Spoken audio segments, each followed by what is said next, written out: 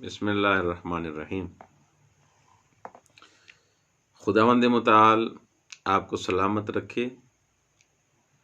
نماز انسان کا اللہ کے ساتھ رابطے کا نام ہے، اور اس نماز سے ہی انسان اپنی حاجتیں مانگتا ہے، دعا کرتا ہے، خدا کے انسان قریب ہوتا ہے۔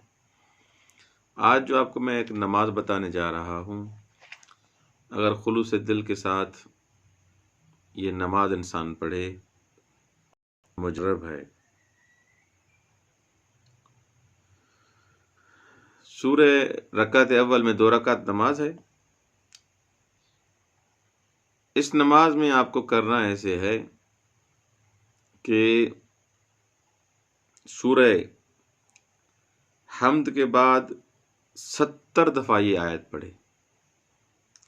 سورہ طلاق کی آیت نمبر 2 اور 3 اس کا مطالعہ کریں۔ اگر کسی کو میں ابھی پڑھ رہا ہوں، آپ کو اگر پھر بھی سمجھ میں نہ آئے تو سورہ طلاق جو قرآن کا سورہ ہے اس میں آپ آیت نمبر 2 اور 3 اس کی تلاوت کریں، اس کو کسی ورقے پہ لکھیں، دیکھ کے بھی پڑھیں تب بھی صحیح ہے، دیکھ کے بھی پڑھیں تب بھی صحیح ہے۔ وَمَن يَتَّقِ اللَّهَ يَجْعَل لَّهُ مَخْرَجًا وَيَرْزُقْهُ مِنْ حَيْثُ لَا يَحْتَسِبُ۔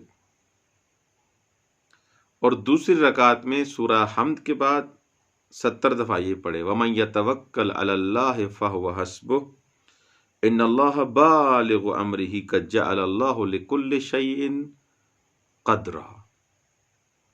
اس کو بھی 70 دفعہ پڑھے، اور نماز کے بعد 100 دفعہ استغفار کرے، استغفر اللہ استغفر اللہ، 100 دفعہ استغفار کرے، اور 100 دفعہ صلوات بر محمد و آل محمد، اللہم صلی علی محمد و آل محمد وعجل فرجہم، صلوات پڑھے، اور 70 دفعہ سجدے میں، یعنی یہ استغفار بھی کر لیا، صلوات بھی پڑھ لی، اب سجدے میں جائے اور سجدے میں یہ کہے ایاک نعبد و ایاک نستعین، یہ 70 دفعہ کرے اور خدا سے حاجت طلب کرے، جو بھی اس کی مشکل ہوگی بحق محمد و آل اس کی مشکل حل ہو جائے گی۔